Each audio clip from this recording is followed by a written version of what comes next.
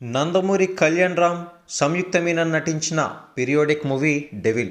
ఇక ప్రముఖ నిర్మాత అభిషేక్ నామా నిర్మించి దర్శకత్వం వహించిన ఈ చిత్రం డిసెంబర్ 29న ప్రేక్షకుల ముందుకు వచ్చిన సంగతి తెలిసిందే.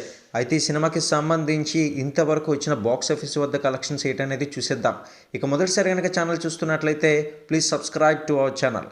ఇక డెవిల్ సినిమా బడ్జెట్ విషయానికి వచ్చినట్లయితే కనుక మూవీని సుమారు 45 కోట్ల రూపాయలతో నిర్మించామని నిర్మిత అభిషేక్ నామా స్వయంగా వెల్లడించారు.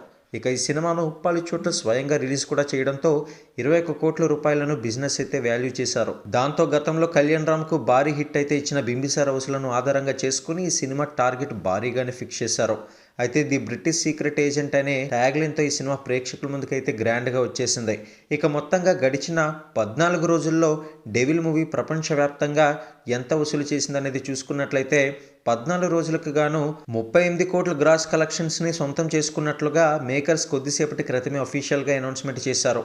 ఇక కళ్యాణ్ రామ్ పవర్ఫుల్ పర్ఫార్మెన్స్తో పాటు హీరోయిన్ సంయుక్త అందం అభినయం, దర్శకుడు అభిషేక్ నామా టేకింగ్ కూడా అదిరిపోయింది ఈ సినిమాకనే చెప్పుకోవాలి.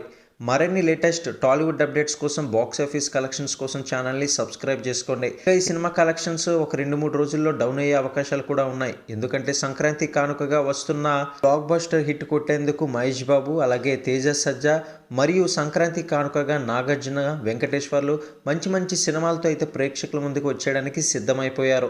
మరి దానికి సంబంధించిన బాక్స్ ఆఫీస్ కలెక్షన్స్ కూడా ఫాలో అవుతూ ఉండండి.